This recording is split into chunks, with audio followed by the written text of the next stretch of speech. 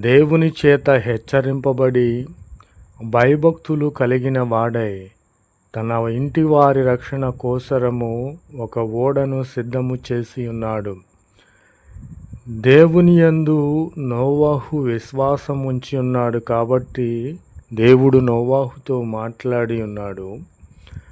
దేవుని యందు భయభక్తులు కలిగిన వాడై తన ఇంటి వారి రక్షణ కోసరము, ప్రజల కోసరము ఓడను, జంతువుల కోసరము, జలచరముల కోసరము ఓడను సిద్ధము చేసి ఉన్నాడు. నా ప్రియమైన సహోదరి సహోదరులారా, ఇందును బట్టి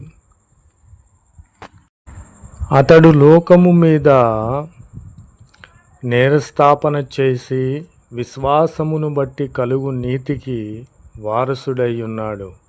అట్టి వారసత్వము, నీతికి వారసత్వము